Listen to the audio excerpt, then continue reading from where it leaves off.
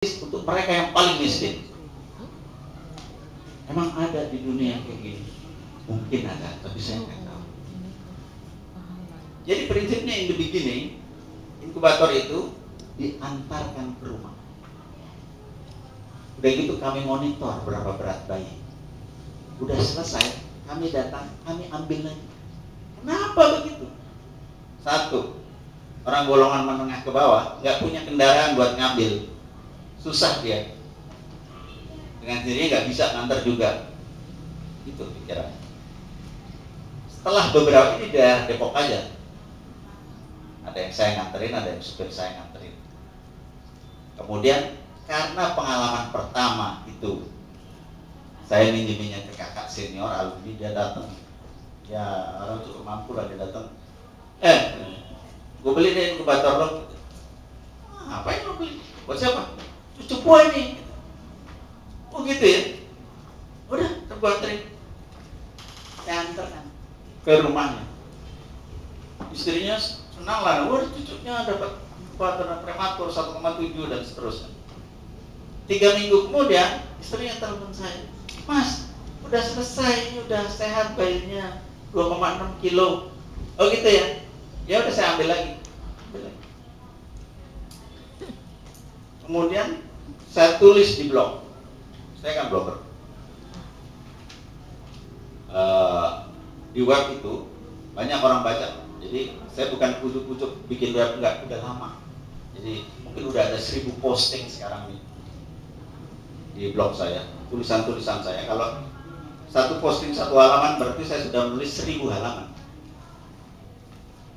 Kemudian bacalah orang-orang, dan banyak blogger-blogger ini wanita.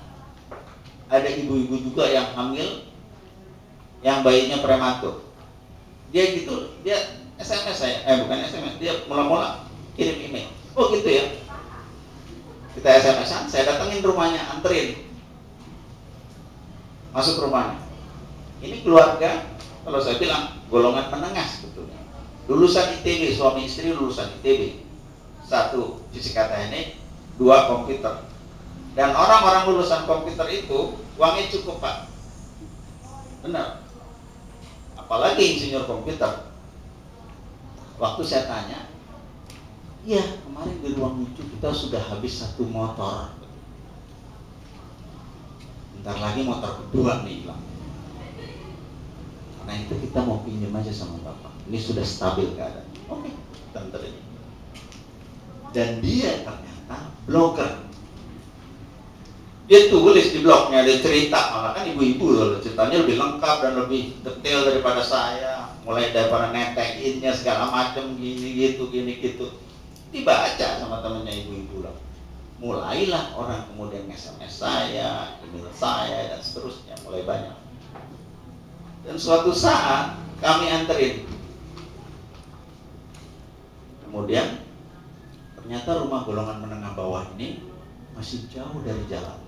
Waktu itu kami punya inkubator itu besar. Jadi dari jalan mau masuk ke rumahnya didorong dulu, glodok, susah. Sampai di rumahnya mau masuk susah, manuver susah, sangat kiri, pintunya kecil soalnya. Kita copot-copot dulu. Sampai di kamarnya, colokannya waduh jauh. Beli dulu di warung, colokan extension cable. Pasang sana, pasang sini, nggak bisa nyala. Glodak kan, jadi macam-macam yang kejadiannya. Kalau gitu kita setting dulu 1 jam kita di situ ubek-ubekan buat nyalain komputernya lagi. Dan nyala dia. Dipinjam, kami ambil.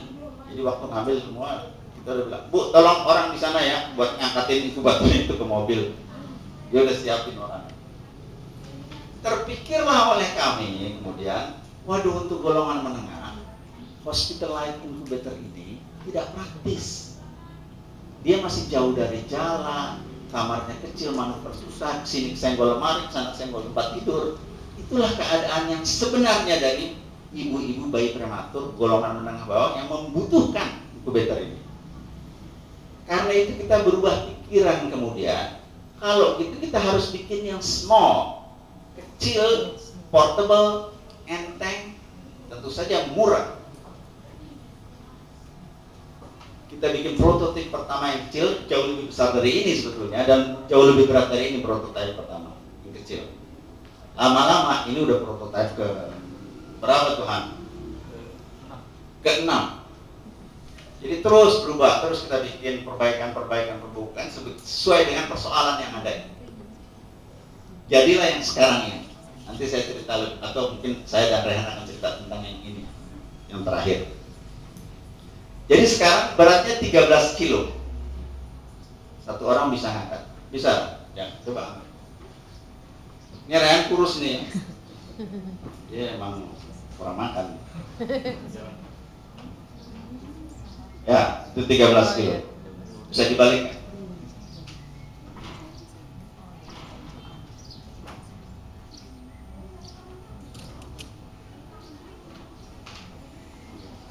Ya. Jadi spesialnya ada lubang-lubang. Jadi pertama lebih gampang diangkat. Kedua, sekarang sumber energinya. Inkubator besar 400 watt, 500 watt. Kenapa begitu? Asalnya dari luar negeri. Sekali lagi saya bilang, asalnya dari luar negeri. Yang buatan Indonesia sekarang menirunya.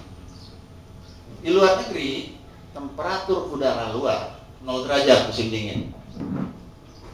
Ditaruh di ruangan heater, jadi 15 derajat di ruangan. 15 derajat itu kalau di Jakarta kita bilang udah kayak di puncak malam hari. Itu aja 20 derajat.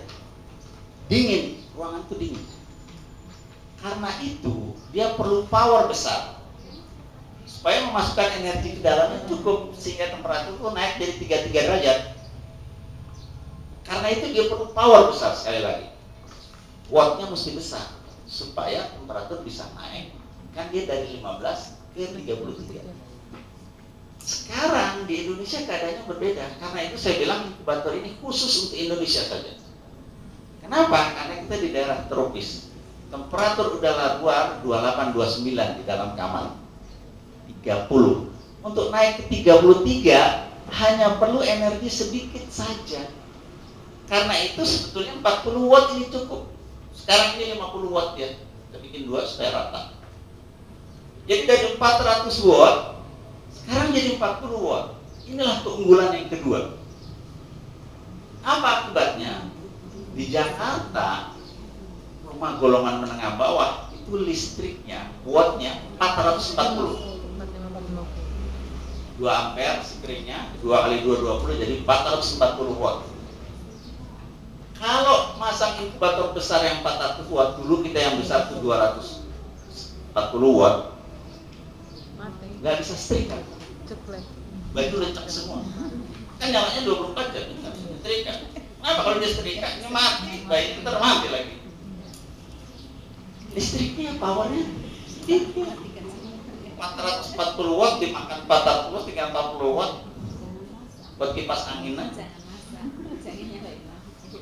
Beli rumah makan Padang aja ya. Sana banyak. Nah itu kondisinya. Jadi nggak cocok kalau inkubator besar dengan power besar untuk golongan yang tidak mampu di rumah, tidak cocok. Nggak bisa sebetulnya.